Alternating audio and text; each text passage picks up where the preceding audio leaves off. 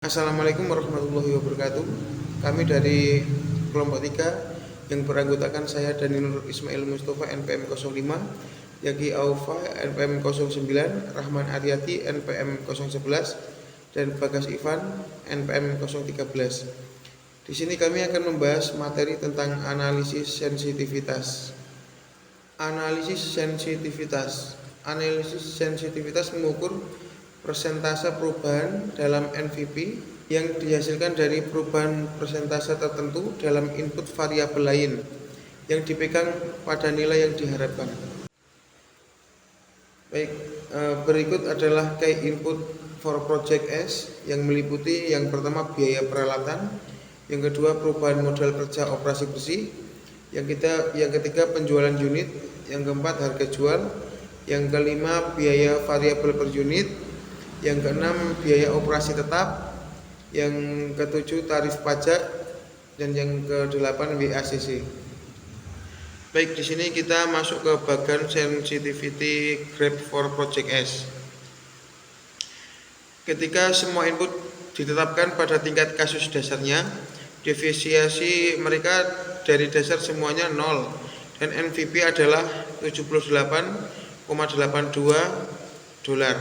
Jadi sumbu vertical intercept berada di 78,82 dolar. Yang kedua, jika harga penjualan ditetapkan 25% di atas harga 2 dolar yang diharapkan dan semua variabel lain ditetapkan pada nilai yang diharapkan, maka NPV akan menjadi 2.526,86 dolar. Jika harga ditetapkan 25% di bawah harga 2 dolar yang diharapkan, maka NPV akan menjadi 2.369,22 dolar. Semua NVP lain yang ditunjukkan dalam tabel ditentukan dengan cara yang sama. Tabel data Excel digunakan untuk menyederhanakan perhitungan. Di sini yang ketiga, perhatikan bahwa NPV kasus terbaik dan terburuk berbeda dengan NPV di bagian berikutnya, yang menunjukkan analisis skenario. Dalam analisis skenario, semua variabel 25% di atas atau di bawah tingkat yang diharapkan, sehingga NPV kasus terbaik dan terburuk jauh lebih tinggi atau lebih rendah daripada yang ada di atas sensitivitas, di mana hanya satu variabel yang ditetapkan pada tingkat terbaik atau terburuk. Baik, izin melanjutkan. Untuk yang selanjutnya ada manfaat analisis sensitivitas dan pentingnya menerapkan what if analysis. Pentingnya menerapkan what if analysis yaitu ada 4 fungsi. Yang pertama yaitu memudahkan pengambilan keputusan. Sensitivity analysis memberikan pembuat keputusan berbagai hasil untuk membantu mereka dalam membuat keputusan bisnis yang lebih baik. Kemudian yang kedua yaitu memberikan prediksi yang lebih andal. Analisis what if memberikan studi mendalam tentang variabel yang membuat prediksi dan modal lebih andal. Kemudian yang ketiga menyoroti area untuk perbaikan.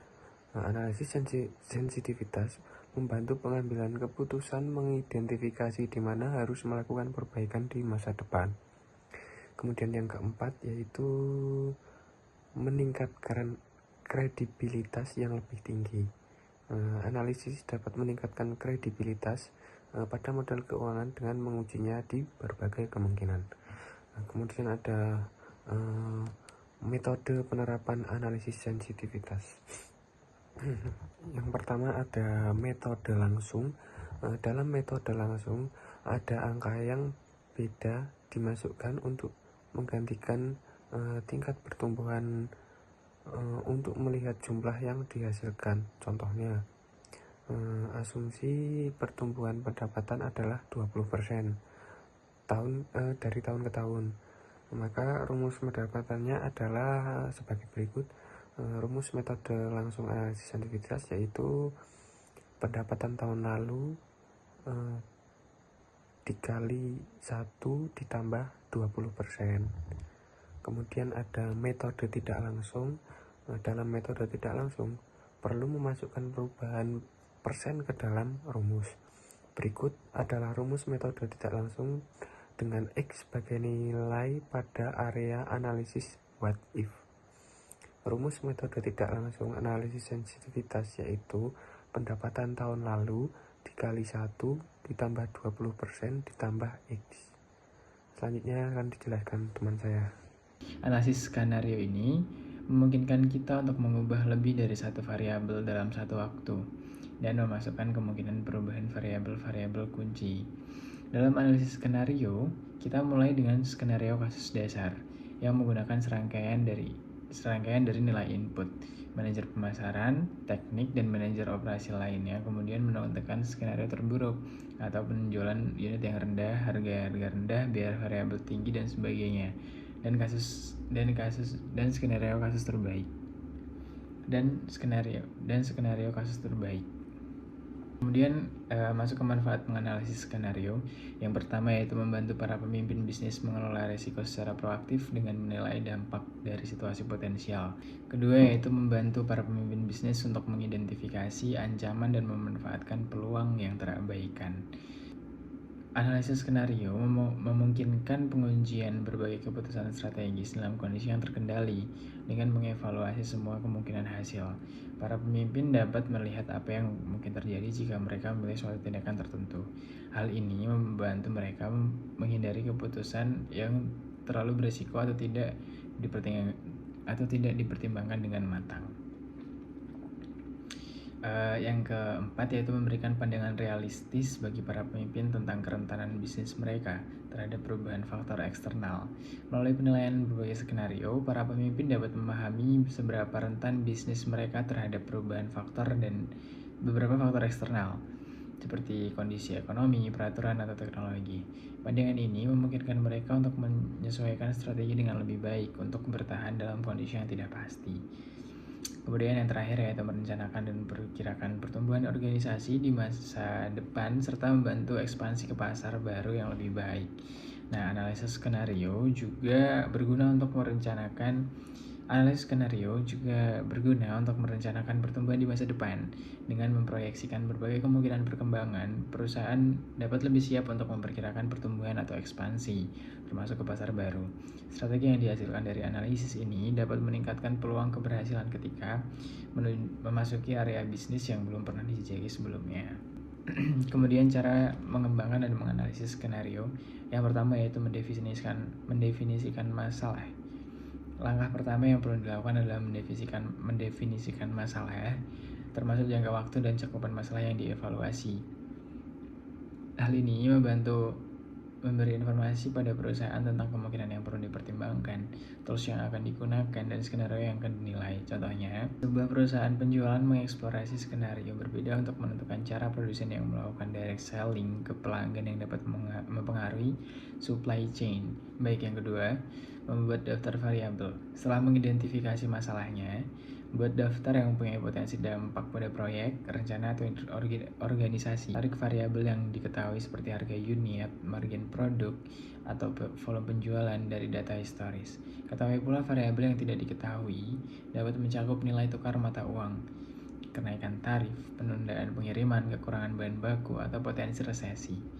Yang ketiga yaitu tentukan model yang paling sesuai. Biasanya, financial modeling tools modern memudahkan perusahaan untuk melakukan perencanaan skenario. Tools tersebut dapat mengurangi upaya dan waktu yang diperlukan untuk analisis dan membantu menghilangkan human error saat memprediksi skenario. Yang keempat yaitu evaluasi skenario. Analisis potensi dampak dari setiap skenario pada organisasi. Tentukan langkah-langkah potensial yang perlu diambil jika terjadi skenario terburuk untuk mencegah atau memitigasi risiko yang ada. Identifikasi indikator dalam data yang menandai turning point yang menunjukkan tren data tertentu. Manfaatkan hal tersebut untuk mengambil langkah-langkah yang diperlukan untuk memperbaiki, melawan, atau mengambil manfaat dari perubahan yang disajikan. Yang kelima yaitu buatlah keputusan dan rencanakan dengan tepat. Gunakan skenario yang telah dikembangkan dan dievaluasi untuk menginformasikan rencana atau tujuan. Pertimbangkan risiko dan manfaat dari setiap skenario kasus. Identifikasi peluang dan ancamannya, lalu buat action plan untuk masing-masing skenario. Baik, mungkin itu yang akan saya jelaskan. Selanjutnya akan dijelaskan oleh teman saya. Jadi di sini saya akan membahas tentang figur 12.2 tentang skenario analisis for Project S. Dari dari gambar di PowerPoint dijelaskan bahwa jika proyek ini sangat sukses, kombinasi dari harga jual yang tinggi, biaya produksi yang rendah, dan penjualan unit yang tinggi akan menghasilkan NPV yang sangat tinggi sebesar 7.450,38 dolar. Namun, jika segalanya berjalan buruk, NPV akan menjadi negatif sebesar 4.782,40 dolar. Grafik ini menunjukkan bahwa ini adalah proyek yang beresiko. Jika kondisi buruk terjadi, perusahaan tidak akan bangkrut, namun akan kehilangan sebesar 4.782,40 dolar. Jika menggunakan probabilitas, maka NPV yang didapatkan adalah 706,40 dolar. Selain itu, deviasi standarnya sebesar 4.370,24 dolar. WACC perusahaan sebesar 10% dan proyek S lebih beresiko. Jadi tingkat diskonto harus lebih tinggi untuk menentukan NPV. Namun, beberapa perusahaan sering meningkatkan WACC ketika mengevaluasi proyek yang dianggap beresiko. Ketika NPV dihitung ulang menggunakan WACC sebesar 12,5%, NPV awal turun dari 78,82 dolar menjadi 33,62 dolar.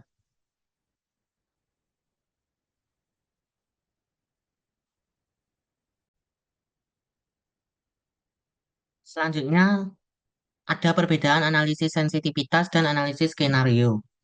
Analisis sensitivitas dan analisis skenario adalah dua konsep yang digunakan dalam manajemen risiko dan perencanaan strategis. What if analysis berfokus pada pengukuran sejauh mana perubahan dalam satu variabel independen dapat mempengaruhi variabel dependen dalam suatu model. Sementara analisis skenario melibatkan pengevaluasian dampak dari serangkaian perubahan pada berbagai variabel pada hasil bisnis. Berdasarkan variabelnya, sensitivity analysis berfokus pada variabel tunggal dalam satu waktu, sementara variabel lainnya tetap konstan.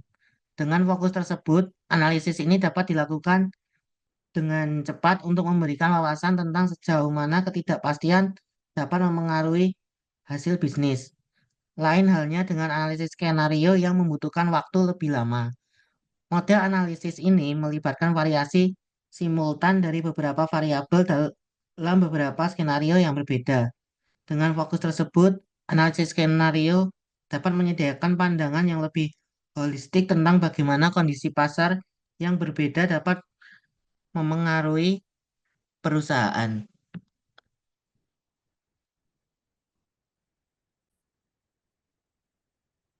Selanjutnya ada contoh kasus analisis sensitivitas.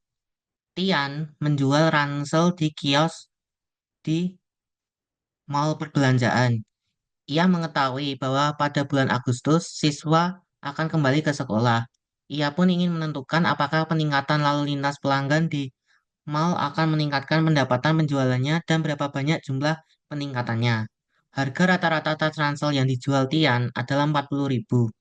Bulan lalu, selama kesibukan kembali ke sekolah, dia menjual 250 tas ransel dan menghasilkan pendapatan sebesar 10 juta. Setelah menggunakan program perangkat lunak spreadsheet, Tian menemukan bahwa ketika lalu lintas pelanggan di mall meningkat sebesar 20%, ada peningkatan 14% dalam penjualannya. Setelah memperoleh informasi tersebut, Tian pun dapat menggunakannya untuk memprediksi berapa banyak peningkatan atau penurunan pendapatan penjualannya. Jika lalu lintas pelanggan meningkat menjadi 40%, penjualannya harus meningkat sebesar 28%. Jika lalu lintas pelanggan turun 10%, maka penjualannya harus turun 7%.